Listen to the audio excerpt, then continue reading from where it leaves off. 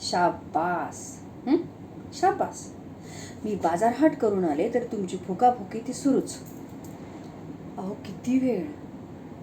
अहो संध्याकाळ झाली, निदान लाईट लावावा, ती खिडकी उघडावी, पण नाही. सगळ्या घरात ते धुरांचे डग.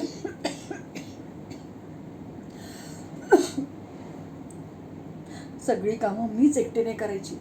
रांधा वाडा उष्टी काढा, रांधा वाडा उष्टी काढा. अहो तुमच्याशी बोलते मी. लक्ष आहे का तुमचं? ऐकताय का? अहो तो ॲशट्रे दिलाय ना, त्यात टाका की सिगरेटीची थोटकं. नाही ना? नाही, तीही मीच उचलून टाकायची.